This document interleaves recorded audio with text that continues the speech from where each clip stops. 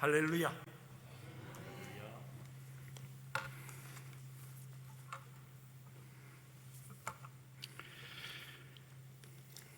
기도 한번 드리고 말씀을 선포하겠습니다. 고마우신 하나님 아버지, 은혜를 감사드립니다. 귀한 성의를 주셔서 성의를 온전히 지키는 교회로 이 저녁 늦은 이 시간까지 저희들이 예배를 드리게 하시고 예배의 자리에 임할 수 있도록 인도하여 주심을 진심으로 감사를 드립니다. 이 저녁에도 준비한 우리 하나님의 놀라운 은혜를 체험하는 시간들 되어질 수 있도록 축복하여 주시고, 호미꽃 이 등대의 교회가 하나님이 진실로 사랑하는 교회가 되어질 수 있도록 축복하여 주옵시고, 하나님의 임재가 성령 충만함이 있는 교회가 되어질 수 있도록 축복하여 주시옵소서. 시종을 온전히 주님께 의탁드리옵고 살아계신 예수님 귀하신 이름으로 간절히 기도드리옵나이다. 아멘. 정말 이 호미꽃 상상을 못할 정도로 이 아름다운 지역에 또 귀한 이 예배당까지 봉헌하신 여러분들이 정말 존경스럽습니다. 그리고 특별히 무엇보다도 이 코로나 시대에 예배를 드릴 수 있다는 그 자체만 해도 얼마나 놀라운 축복인가. 다 그렇게 여러분 믿죠? 그런 멋진 하나님께 영광을 함께 돌리기를 원합니다. 할렐루야. 아멘. 할렐루야. 아멘. 할렐루야. 제가 원주민 인디오 목사님들 훈련 시킬 때 하는 건데, 그 인디안 목사님들도 애를 먹어요. 다시 한번 할렐루야. 아멘. 이제 조금 변화가 있네. 다시 할렐루야. 아멘. 따라오시니 그죠? 다시 한번 아멘. 아주 머리가 좋습니다. 다시 한번 아멘. 할렐루야. 할렐루야. 아멘. 아멘. 그렇게 집중이 되어지잖아요. 다시 마지막으로 한번 합시다. 아멘. 할렐루야. 하나님께 영광을 돌립시다. 할렐루야. 반갑습니다. 캐나다 동부에서 토론토 지역입니다. 목회를 할 때 심장로님이라는 분이 계셨어요. 이 심장로님이 여러분 기억하실는지 모르겠습니다만 청송 그럼 기억나죠, 그죠? 그런데 청송 밑에 요즘 보니까 어제도 제가 다녀왔습니다만은 도평교회 출신이에요. 도평교회 출신인데, 장로님 토론토 지역에 또 경상도 사람들이 많이 삽니다. 제가 아까 우리 이 목사님 소개해 주신 대로 제가 포항고등학교 출신입니다. 그래서 중마고우라고 그렇게 표현하는데요. 그러니까 이 경상도 이 액센트가 경주 포항이 또 달라요. 그래서 경상도 사람들이 정확하게 목사님 고향이 어디세요? 이렇게 물을 때가 많이 있어요. 그래서 포항 사투리, 또 이 부산 사투리, 또 저희 집사람 또 대구 사람입니다만 대구 사투리, 다 경상도라도 이 사운드가 다 다르지 않습니까?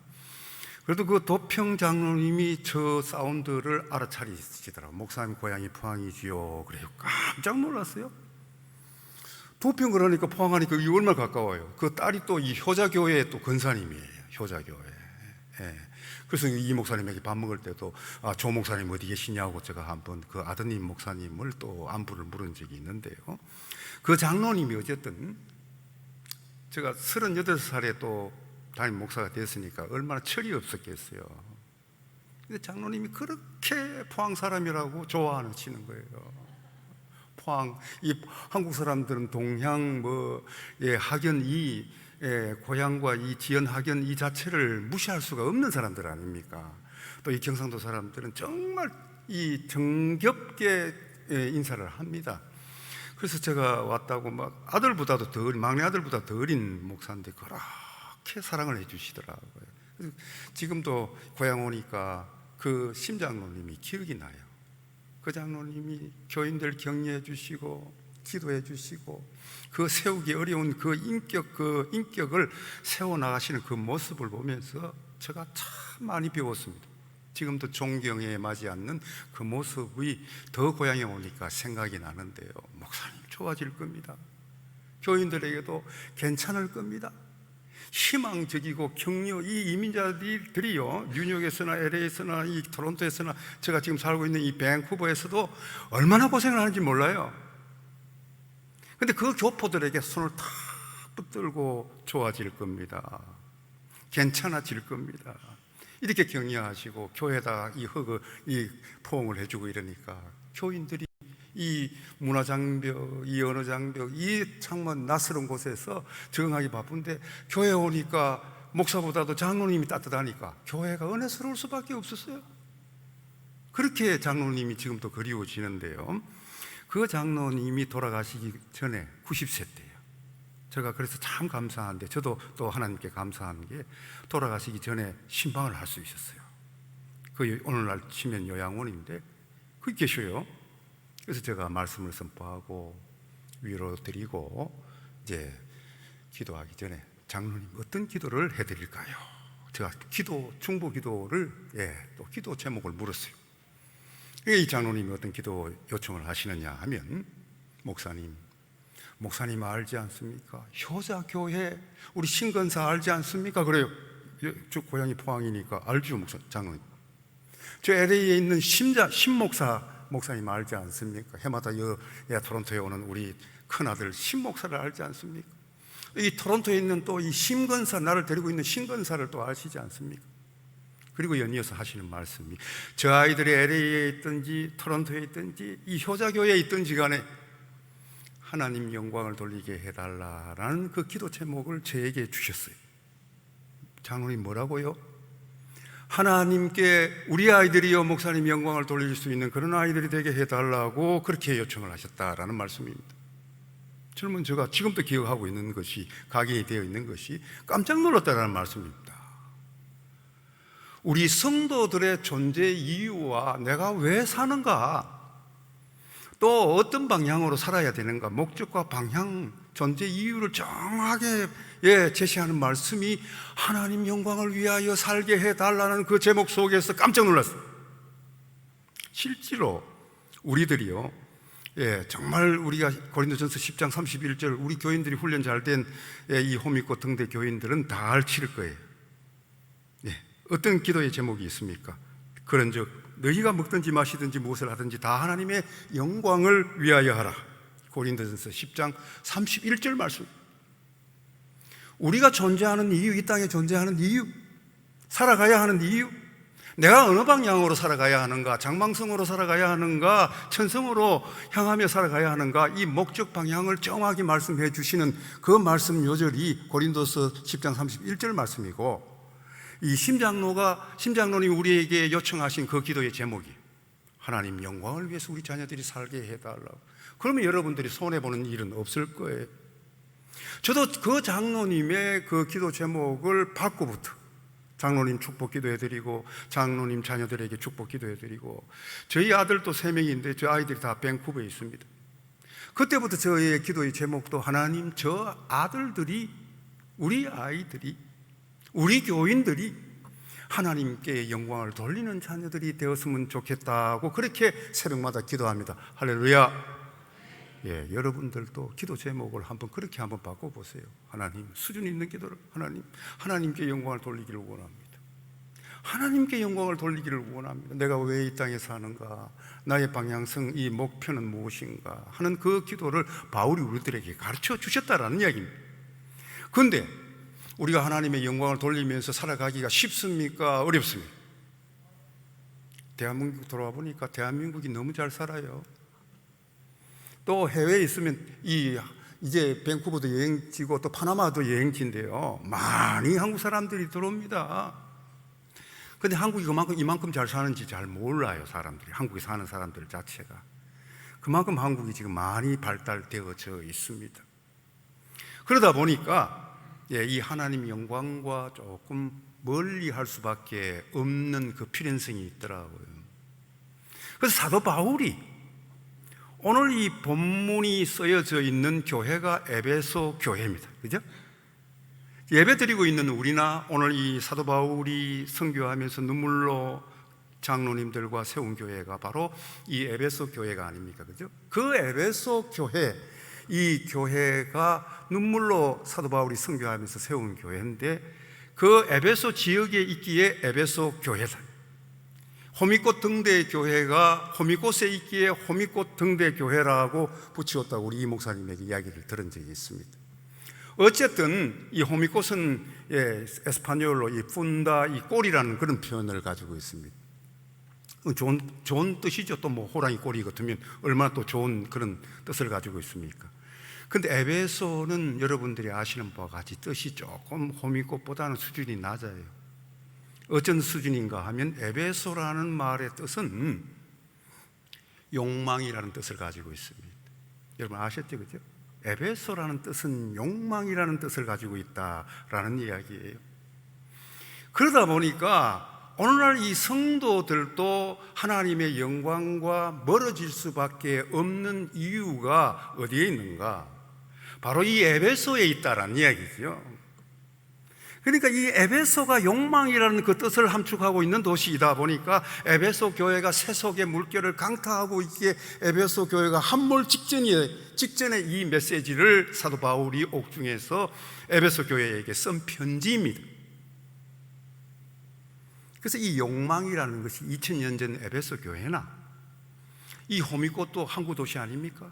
에베소 교회도 2000년 전 소아시아의 3대 도시에 속할 정도로 어마어마한 상업이 흥행했던 도시가 바로 이 에베소입니다.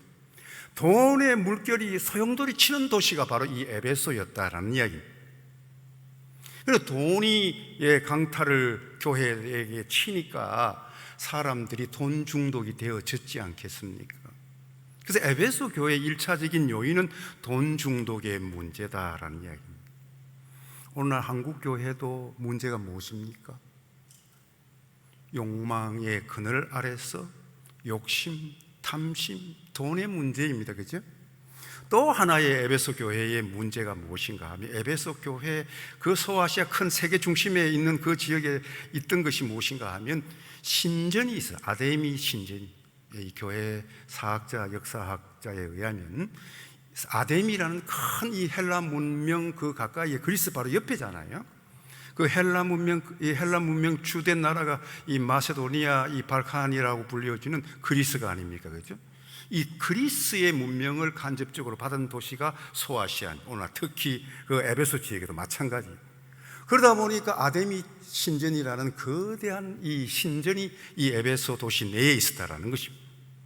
근데 에베소 도시 내에 아데미 신전이 있으니까 그 사이즈가 얼마나 컸는가 하면 여사제가 2,000명, 수발드는 여사제가 2,000명이나 됐다고. 2,000명. 얼마나 이 사제들이, 여사제들이 많았어요. 우상을 섬기는 또 이 해상 도시고 돈이 막 쏟아지니까 또 어부들이 무역하는 사람들이 정말 이 우상에 굉장히 어떻게 보면 이 풍어제를 지낸다든지 또 나름대로 이 해상의 기후들이 만만치 않지 않습니까? 그죠? 그런 이 태풍과 같은 이런 것들을 피하기 위해서 이 우상 숭배가 많았던 지역이 바로 이 소아시아 지역이었습니다. 그래서 우상을 많이 섬겼다라는 이야기죠. 그 아데미 신전에 여사제가 2,000명이나 됐다고 하니까 얼마나 많습니까? 근데 그 2,000명이 뭐 우상을 섬기기까지는 좋은데 밤이 되면 불야성을 이루었다라는 것입니다. 이 홍등가를 이룬다라는 말씀입니다.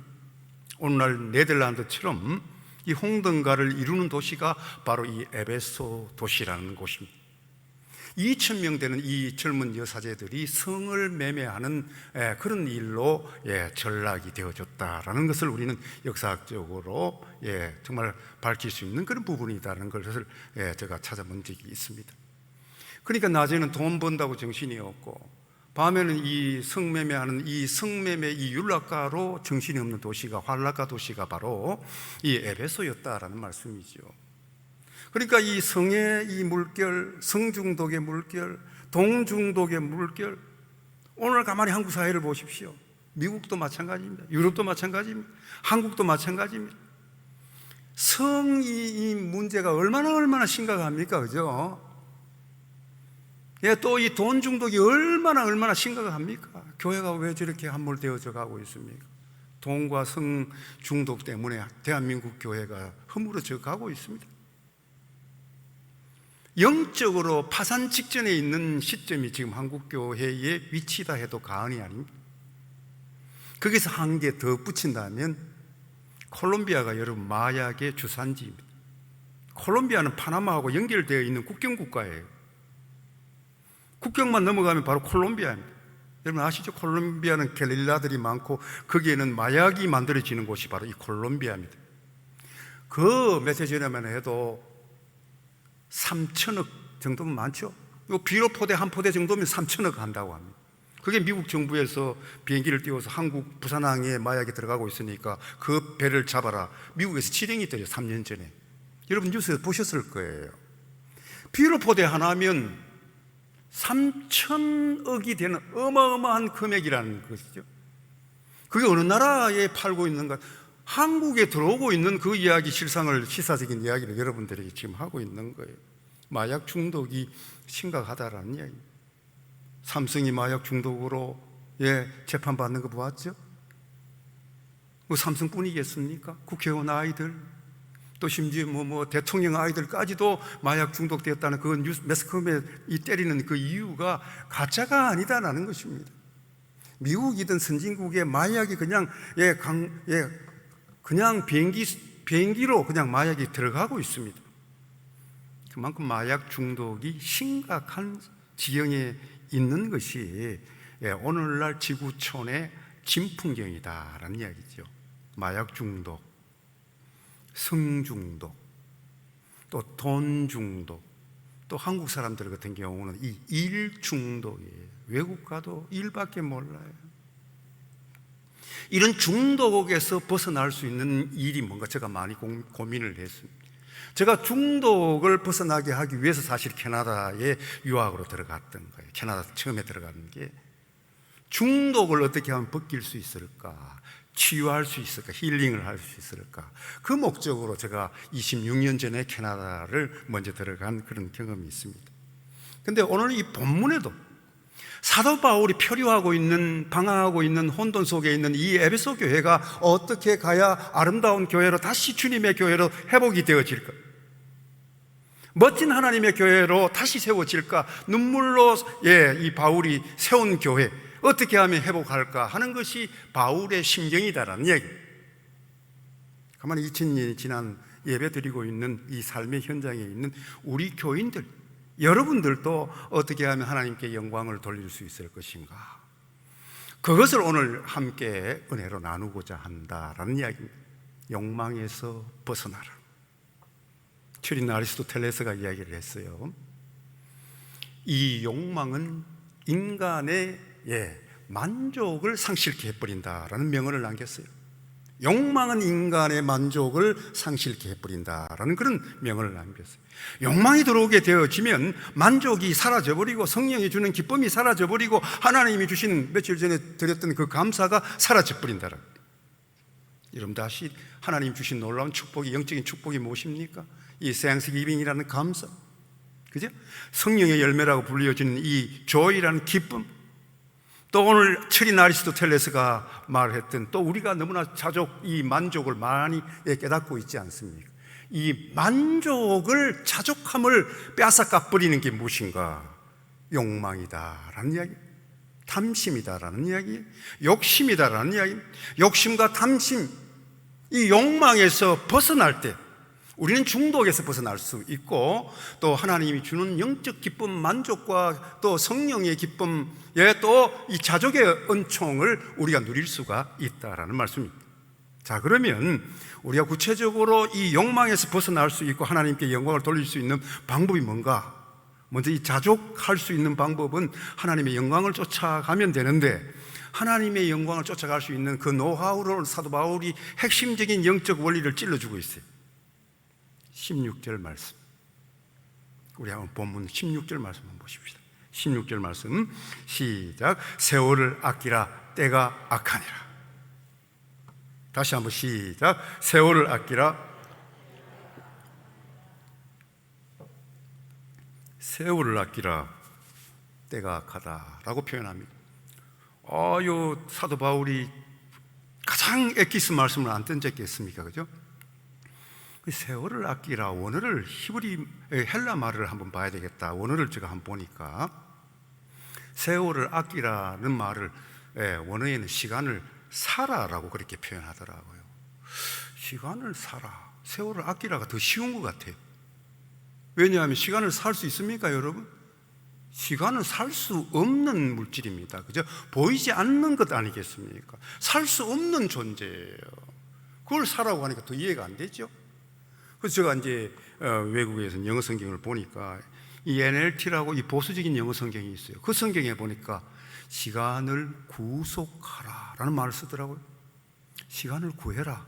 그건 조금 이해가 가깝다. 세월 아끼란 말하고 조금 비슷한 것 같다. 시간을 구해야 된다. 예, 이 한자 문화권에 있는 일총강음 풀가경이요 하는 그 말을 한자의 사자성어를 여러분 기억하지 않습니까? 그리고 또 우리 통합적 이 목사나 제가 같이 나온 이 통합적 목사들이 많이 보는 이 NIV 영어 성경이 있어요.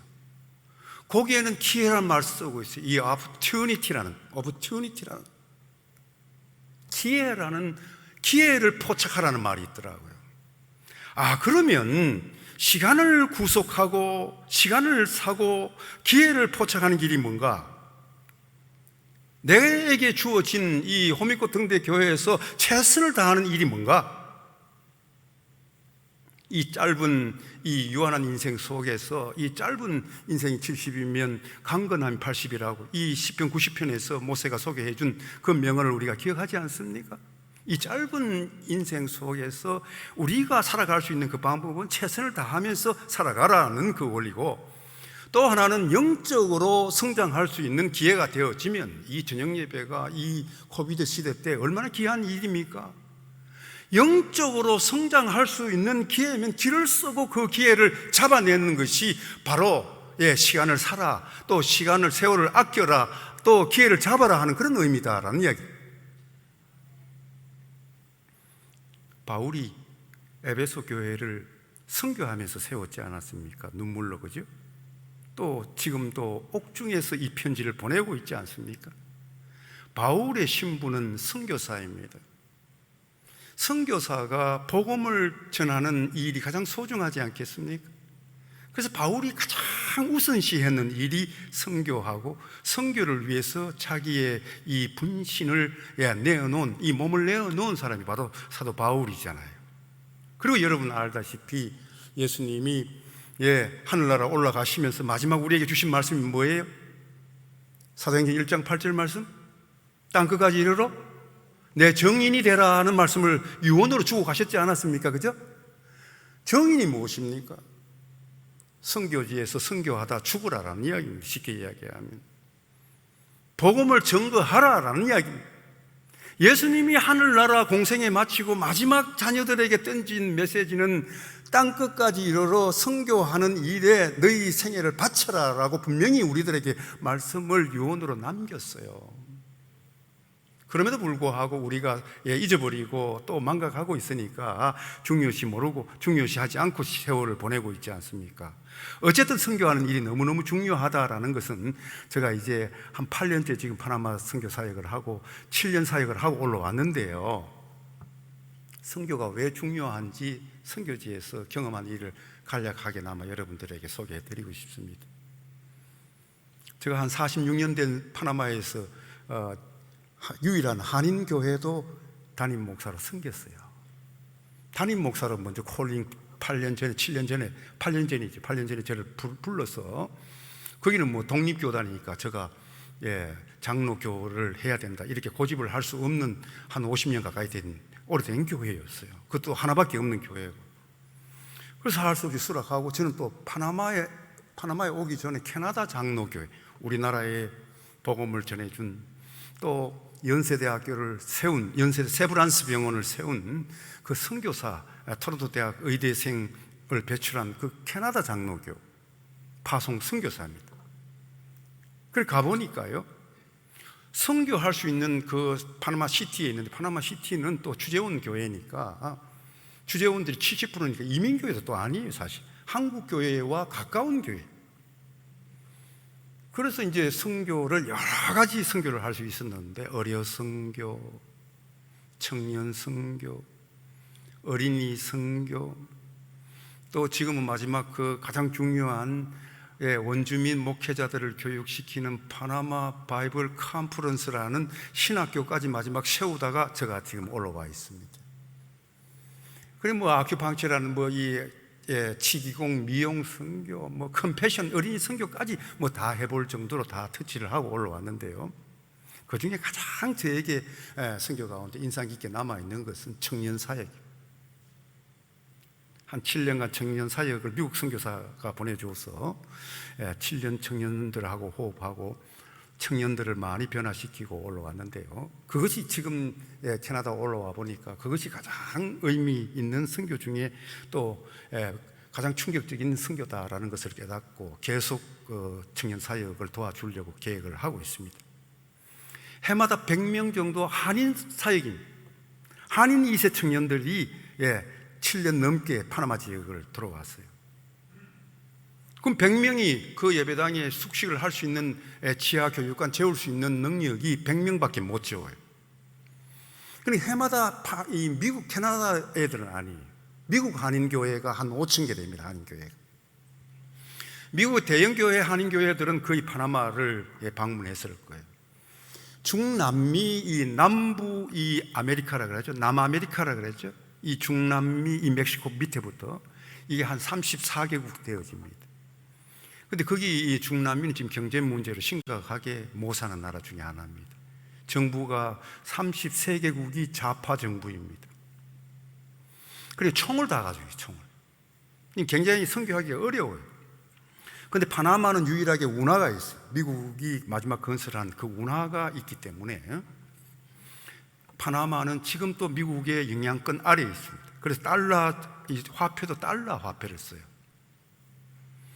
근데 파나마에는 식당에 가도 총기를 들 수가 없어요. 사용할 수가 없어요. 총기를.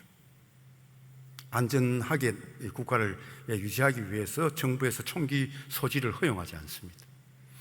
그리고 지금 파나마는 지금 남미에서 제일 잘 사는 나라 중에 한 나라입니다. 국민소득이 제일 높습니다.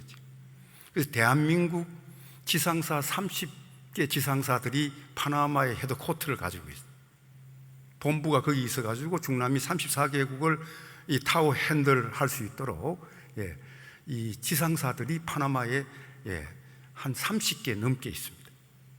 굉장히 이 한국어로 보면은 남미의 전략적인 이 상업 기지가 바로 이 파나마 내에 있습니다. 그렇다 보니까 안전하니까 미국의 한인교회들이 청년들 보내는데 길을 씁니다. 근데 이 아이들 제가 처음 받아보니까 노랑물 들였고 파랑물 들였고 이까지 좋아요. 이 문신이 이 아이들이 하지 않습니다. 요즘 한국 아이들 좀 흉내 내던데 보니까 그게 심각해요. 아주 부의 상징으로 생각하니까 이 문신을 한인 애들이 보니까 참 그래요. 보기 좋지 않아요. 18살부터 고등학교 졸업하고부터 29살까지 봤는데 해마다 100명 빡빡 채워서 내려와요. 근데 그 아이들이 한인교회에서 청년 사역이 제일 어려워요. 말을 안 듣습니다. 쉽지가 않아요. 타문화권, 영어문화권 속에니까 아버지가 또 목사님이 교육시키기가 어려워요. 그러니까 탈선하는 경우가 너무 많고 성공하는 경우가 10%도 안 돼요. 교민들 아이들이요. 90%가 실패를 합니다. 그러니까 이 교포들이 얼마나 이 아이들 교육에 목숨을 거는데요. 왜 목숨을 걸고 외국 생활을 하면서 아이들 교육에 전념할까요? 소망이 없거든. 자기들은요. 아이들밖에 없어요. 그래도 아이들 키우기가 녹록지 않습니다. 그래서 국려지책으로 선교지에 보낸다고요. 근데 제가 7, 8년 이 사역을 하면서 깜짝 놀라는 게 청년들도 변화할 수 있다는 걸 보았어요.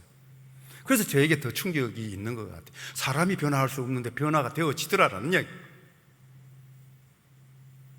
그럼 제가 거기도 미국은 6시, 캐나다도 6시 새벽 기도 드립니다만은 그 파나마는 햇볕이 일찍 뜨니까 한국처럼 5시에 새벽 기도해요. 그러니까 제가 한인교회도 담임 목사도 했으니까 새벽 기도 안 할 수가 없잖아요. 그래서 선교지에 오는 아이들 또 교회를 빌려 쓰는 아이들은 무조건 새벽 기도 참여하게끔 합니다. 아무리 의사고 뭐고 할 거 없이 전부 다 새벽 기도 참석해요. 안 됩니다. 허락을 안 해줍니다. 그래서 새벽 기도 하게 된 100명이 오면 제가 4시 반이면 교회 들어오는데 새벽 4시 반이면 교회 들어오는데 아이들이 교회 본당을 숙소로 하고 아래층을 숙소로 하니까 100명이 자고 있다가 새벽 4시만 되면 딱 기도합니다. 뭐 새벽기도 본교회 교인들도 이 정도 이렇게 또 와서 예배를 드립니다. 근데 놀라운 게 새벽기도 다 참석하는 것도 중요하지만 5분 만에 진풍경을 볼 수 있었어요. 그것이 뭔가 하면 눈물바다가 되어지는 거예요. 10분 되면 대성통곡을 하며 청년들이요, 희한하죠? 누나도 울고 오빠도 울고 동생도 울고 남이 우니까 나도 따라서 울고 막 이런 식으로 해서 교회당 자체가 이 선교지에 있는 교회니까 또 뜨거운 게 있어요. 그러나 아이들은 비행기를 타고 선교지에 들어가야 변화가 있어요. 그걸 아셔야 돼요. 그래서 제가 새벽 기도 할 때 그냥 뭐 예배 간단히 드리고 그 다음에 나오라 그래요. 꿇 앉아서 기도해라. 통성으로 한번 주여 주여 3번 선창하고. 그런데 꿇 앉아 기도하라고 그랬는데 그게 더 은혜가 되어져 버리더라고. 그 자리에 앉지 말고 나와가지고 꿇 앉아서 한번 기도 한번 해보십시다. 다 순종을 해요. 근데 5분 10분만 대성 통곡이 그게 그건 뭐 6시 반까지 아침 먹기 전까지 울고 불고 하더라고. 그리고 아침 먹고 가장 어려운 산골째 꾸꾸나띠라는 그 산골 마을에 1시간 일반 그 밴도 못 올라가는 트럭, 소를 먹이는 그 산골 그 트럭에 20명씩 태워가지고 트럭만이 이렇게 올라갈 수 있는 그 산꼭대기 교회로 이동시킵니다. 기가 막히죠. 아이들이 뭐 손냄새 나는 그 트럭에 타고 산골짜기 안에 들어갔는데 걔들이 그 교회 들어가자마자 또 두 번째 또 놀라요. 그게 뭐냐 하면 그 산골에 아이들이 200명이나 있어요. 국민학교 아이들이요, 그 소학교 아이들이, 어린 아이들이 200명, 이 교회당보다 좀 더 넓을 거예요. 입체 여지없이 빡빡하게 앉아있는데 까만 아이들이, 이 청년들, 우리 한국 사람들이 백인들만큼은 희지 않아도 그 남미에 가면 여러분 백인으로 평가를 받아요. 굉장히 대접이 좋다고. 그러니까 환대해 주는 것도 좋은데 이 아이들이 자기들이 배운 뭐 그냥 간단히 뭐 한 달 전에 또 아니면 일주일 전에 시작했는 뭐 무언극들, 선극들, 율동들, 노래들, 또 이 스키 드라마들, 뭐 또 선극들, 이런 것들을 그냥 그 아이들에게 보여주고 춤을 추고 노래를 부르는데 새카만 아이들이 요동하지 않고 집중해서 앞에 자기들이 율동을 하든지 노래를 부르든지 무언극을 하든지 선극을 하든지 인형극을 하든지 그걸 하는데 눈이 빠지도록 이 아이들이 2시간 넘게 봅니다. 10분 한 100원짜리 되는 그 가치 있는 간식을 아이들에게 먹겨난 다음에 또 2시간 하는데 제가 뭐 그건 꼭 참석합니다만은 4시간 앉아 있는데 그 얼마 40도까지 올라갑니다. 양칠 지붕 아래에서 그 단기 선교를 하는데요.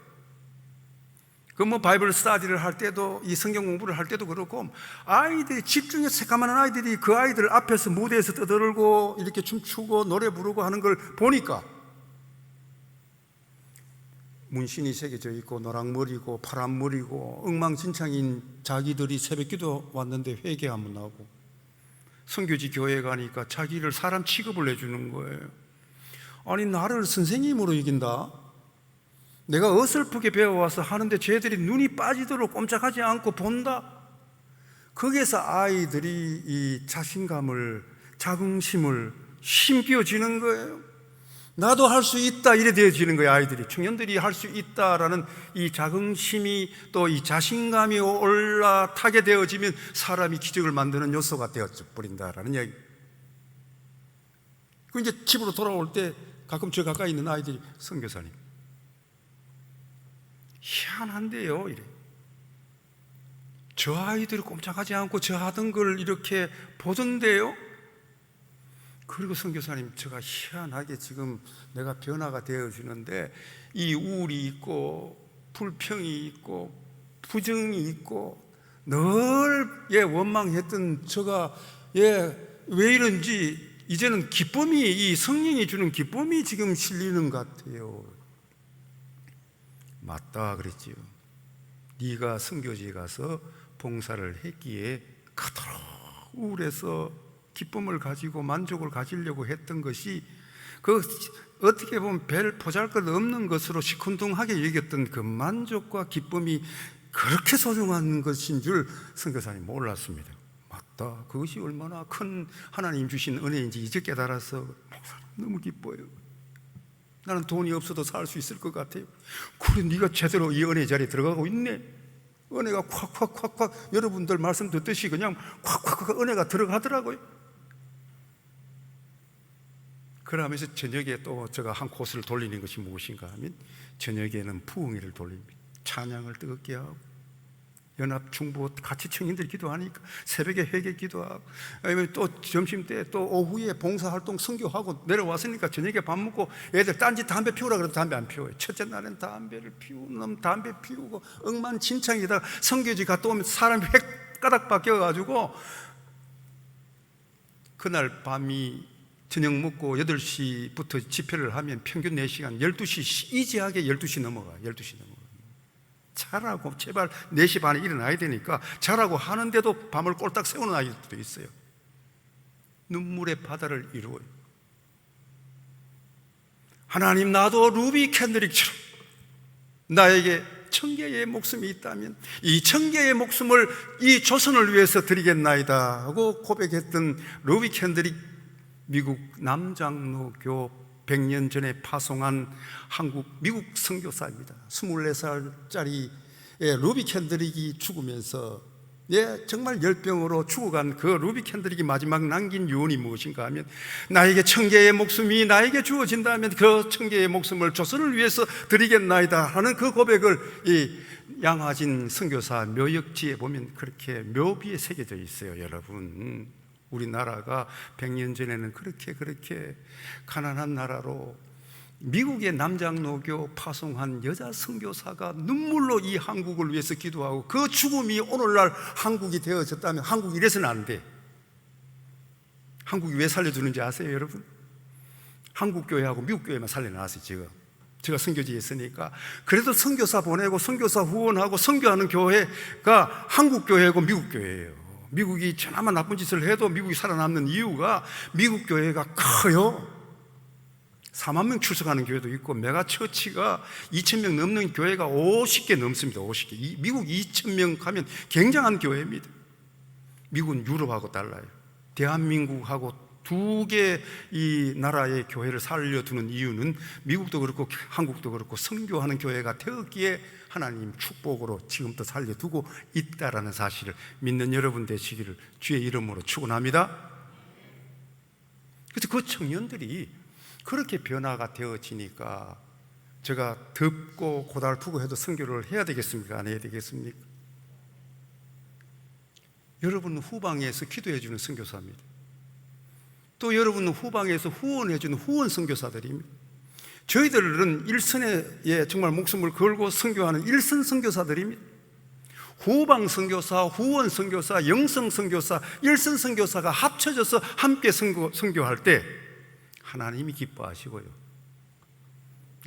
또 무엇보다도 중독에서 벗어나고 또 하나님께 영광을 돌리는 일이 되어진다라는 말씀입니다.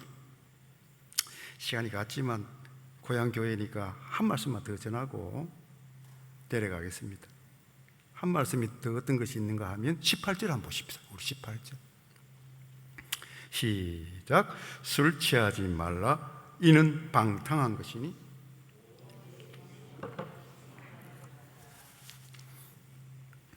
여기에 보면 술 취하지 말라. 우리 호미꽃 등대교회는 이렇게 아름다운 교회인데 술 문제로 힘들어하겠습니까? 그죠? 또 이 방탕한 것이, 에베소 교회는 성중독, 동중독이 되니까 방탕했다 이 말이겠죠, 그죠? 그러니까 방탕한 것도 이 교회는 경건하니까 그런 건 없는 것 같고, 시간 관계에서 한 가지만 말씀드리고 싶은 것은 성령 충만하라. 요건 굉장히 엑기스거든요. 사도 바울이 마지막에 둔 것이 이유가 있는 거예요.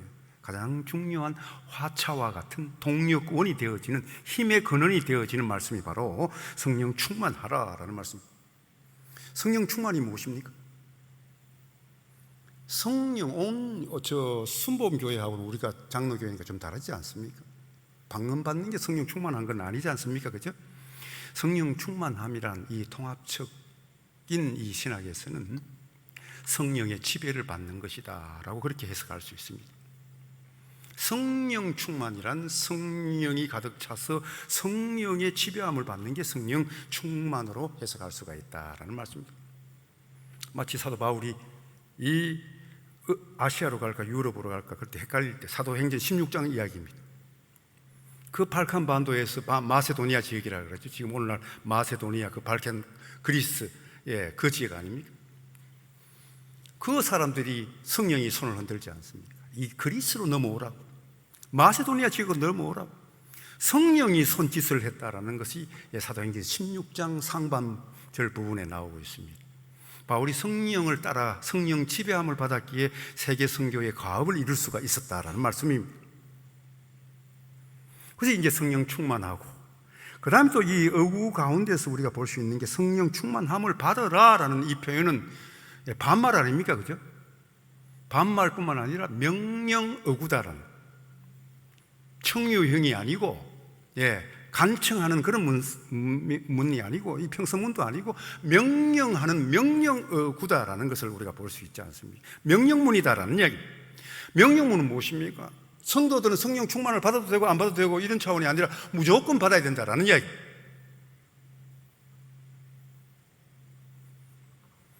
그래서 이 존 스타트가 하늘나라 갔습니다만 영국 출신 존 스타트가 표현했는 것처럼 성령 충만은 성도들은 반드시 받아야 할 이 필연성의 명령이다라는 사실을 잊지 말아라 한 그의 에베소서 주석을 제가 본 것을 지금도 잊을 수가 없습니다. 자, 어쨌든 그러면 이 성령 충만 이 문제인데요, 성령 충만을 어떻게 받을 수가 있는가? 이게 문제가 아니겠습니까? 성령 충만하면 중독에서 벗어나고 하나님의 영광을 돌릴 수 있는데, 성령 충만을 하라고 했는데 이 어떻게 하면 성령 충만을 받을 수 있을까? 여러분들에게만 가르쳐 드릴게요. 오늘 저녁에 나오셨으니까. 어떻게 성령 충만을 받습니까? 여러분들은? 여러분들 아시지 않습니까? 여러분처럼 경건한 사람들은? 이거 말씀입니다. 말씀을 암송해 보십사 하는 부탁을 드리고 싶습니다. 나의 힘되신 여호와여 내가 주를 사랑하나이다. 나의 힘되신 여호와여 내가 주를 사랑하나이다. 시편 18편 1절 말씀. 또 여러분들이, 제가 또 캐나다 왔으니까 영어 자랑하려고 하는 거 아닙니다. 잘 들으세요. 시편 어느 부분인지 보세요. The Lord is my shepherd, shepherd라고 그렇게 기억하면 됩니다. The Lord is my shepherd. 세파드라는 말이 독일 말인데요. 세퍼드라는 말이 독일 말은 또 히브리 말, 이 세파드에서 나온 말, 세퍼드라는 말이 히브리 말로, 독일은 독일 말로 세파드라고, 개가 세파드라는 개가 있지 않습니까? 그죠?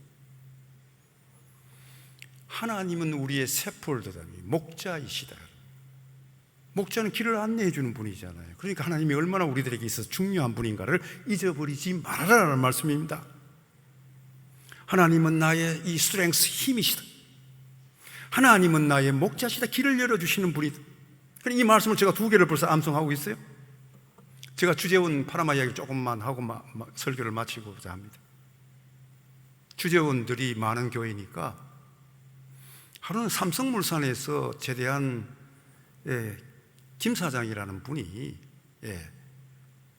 강도를 맞았다는 소식을 대우 출신의 김 집사님 대우 상무 출신인데, 그분이 교회 와서 목사님 10시쯤 교회 사무실에서 사역을 하고 있을 때 와가지고 큰일 났습니다.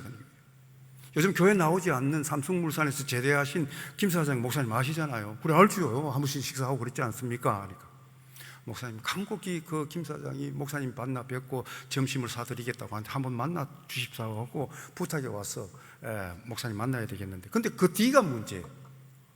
왜요? 제가 물어보니까 강도를 맞았어요. 행편없다는, 그 지난밤에 맞아가지고 병원에 가서 치료 다 하고 지금 간신히 집에 눕혀놨다는 거예요. 그 조금 이제 가다지니까 목사님 만나고 싶다 해서 지금 식당에서 만나고자 했다는 거예요. 그래서 제가 보니까 엉망진창이에요. 강도가 4명 들어와서 이 70난 어른을 때리고 막 롤렉스 시계 다 빼앗들고, 그 기후가 좋으니까 60 넘은 사람들은 살기가 좋아요. 그 은퇴하고 또 주재원 했는 사람들이 거기에 사업하려고, 부동산 사업을 하려고 남아있는 분들이 교인들 중에 여럿이 됩니다. 근데 식당에 가보니까 깜짝 놀라는 게 눈이 시퍼렇게 되고 안경도 없고 이 목에 칼금도 있고 뭐 엉망진창이에요. 입도 돌아가 있고 시계도 없고. 달러 현금 다 빼앗기고 롤렉스 시계 다 빼앗기고 죽다 살았습니다라고 그렇게 이야기하시더라고요. 근데 목사님 이 트라우마가 있어서 무서웠어, 놀라서 집에 못 들어가겠습니다. 지금 호텔에 있습니다. 집에 못 들어가고. 그러면 집에만 들어가면 그게 생각이 나서 집에 못 들어가겠다니까. 목사님 기도 좀 해주십시오. 이거 MD 메디컬 닥터도 의사도 못 고친 병을 목사가 고칠 수 있겠습니까? 하는 이 속으로 때리는 거예요. 이거 어떻게 해결하지? 거룩한 부담이 내면에서 막 생겨요. 그래도 어쩌겠습니까?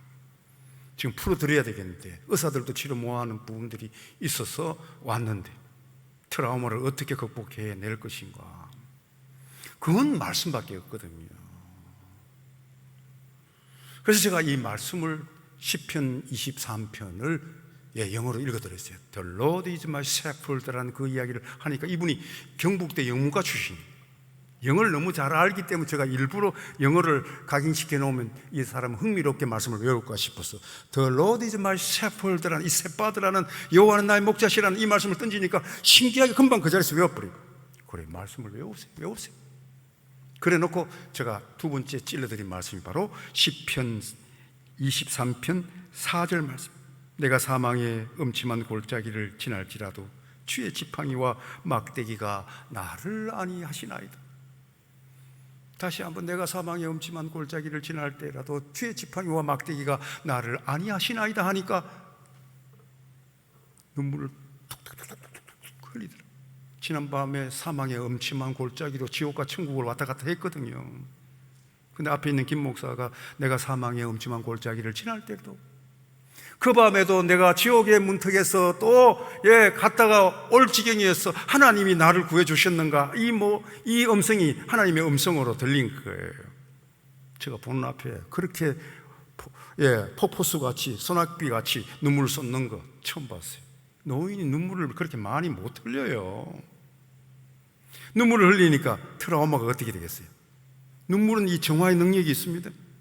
말씀이 능력이 있지 않습니까? 또 좌우의 날선 어떤 것보다 예리하여서 골수를 쪼개기까지 하는 것이 이 말씀의 능력이다라는 이야기. 목사님 감사합니다 하면 저 손을 꽉 잡더라. 그리고 헤어졌지요.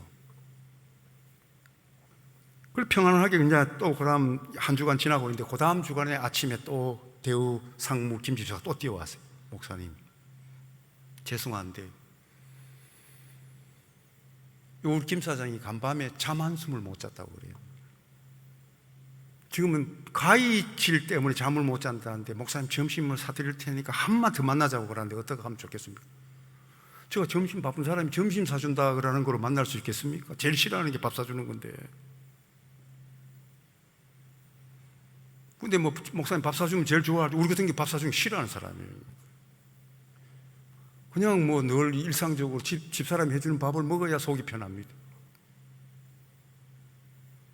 그래도 이분이 아프다고 그러니까 가위질을 하여서 잠을 못 자겠다고 하니까 그것도 할 수 없이 또 나갔어요. 나가서 그 분을 딱 뵈니까 목사님 죄송합니다만은 잠을 이룰 수 없어서 목사님 한 번 더 청했습니다라고 그래요. 그럼 내가 우스갯말로 여러분들에게 팁 드립니다. 잠 문제 때문에 한국 사람들이 요즘 많이 힘들어하는 분들이 많더라고요. 남미에 가면 레몬그라스라는 게 있어요. 천년수면제입니다. 캐나다에도 나와 있더라고요. 여기 나와 있는지 모르겠습니다. 레몬그라스라는 그 명인데요. 그건 라틴 아메리카 지역에 나는 천년수면제입니다. 먹으면 2잔 먹으면 잠이 오게 되어 있습니다. 근데 이건 충격이니까 이 공포잖아요. 공포. 공황장애처럼 이 공포적인 이런 포비드와 같은 이 공포적인 이런 충격이기 때문에 또 맞고 칼을 당했기 때문에 이 쉬운 게 아니에요. 우울하고 또 차원이 또 달라요. 이야, 이건 두 번째 이게 또 진통제 타이레놀 넘버 3, 4 정도를 써야 될 수술하고 써야 될 진통제 이런 걸 넣어야 되는데 이거 쉽지 않지 않습니까? 이걸 어떻게 풀었을까요? 저는 여전히 이거밖에 없어요. 어떤 약을 주셨을까요? 드렸을까요? 김 사장에게 요걸 드렸습니다. 하나님은 우리의 피난처시요 어디 나오죠? 시편 46편 1절 말씀. 하나님은 우리의 피난처. 이게 비수가 되어서 가슴에 들어가요. 김 목사님만, 손장로님만, 이장로님에게만 피난처가 아니라 우리들의 피난처시오. 할렐루야. 말씀이 얼마나 기가 막힙니까? 예, God is our라는 말, God is our refuge라는 표현인데, 하나님은 우리, 여기 핵심적인 말씀. 나의 피난처가 아니고 하나님은 예배드리고 있는 우리 모두의 피난처가 되어 주신다라는 이야기입니다. 얼마나 좋아요. 피난처가 없어서 고민하는 성도들이 왜 없겠습니까? 흔들리고 가는 이 인생 속에서 피난처를 구하는 성도들이 얼마나 많습니까? 그때 어떻게 김 선교사가 와서 선포한 말씀, God is our refuge라는, 하나님은 우리의 피난처이시다. 김 목사님, 손 목사님, 손장로님만, 손권서만, 이 피난처가 아니라 우리의 피난처라는 이 말씀을 잊지 마시기를 바랍니다. 코비드와 또 경제적인 살벌한 이 삶의 현장에 우리가 서 있습니다. 그래서 신학자 폴 틸리기라는 사람이요, 흔들리는 터전이라고 했어요. 흔들리는 터전 위에 우리가 서 있다라는 이야기입니다. 공포적인 코비드 질환이 우리를 공격하고 있죠. 기약할 수가 없지 않습니까? 얼마나 공포적인 겁니까? 우리의 목줄을 쪼아오고 있는데,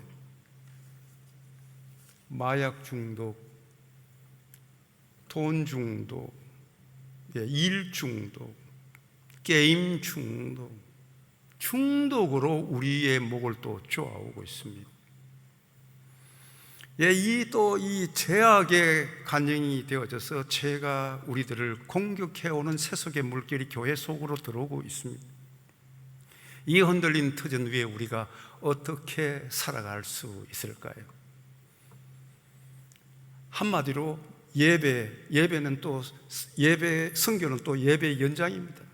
다른 거 하지 말고요, 새벽 기도하고 예배하고 선교하면 해결이 되어집니다. 여러분, 교회 다른 프로그램 할 필요도 없어요. 여기는 또 다른 프로그램 해서 될 교회도 아니고, 예배, 새벽기도, 선교입니다. 이거 세 개 하면 끝나요. 큰 교회 아무리 프로그램하고 이벤트하고 볼 일이 없어요. 제가 밴쿠버에 올라오니까 교회들이 초청하면서 설교를 시키면 부탁하는 게, 선교사님 코비드 후에, 코로나 후에 뭘 하면 됩니까? 한마디로 새벽기도입니다. 새벽기도. 기도 많이 하십시오. 눈물 많이 흘리십시오. 예배를, 하나님이 임재하는 그런 예배를 드려보십시오. 하나님 임재가 있는 그 예배 드리면 끝나요, 사실은. 그리고 성령 충만하기 위해서 어떻게 해야 되는가? 선교해야 성령 충만이 유지가 되어진다라는 이야기입니다. 그죠?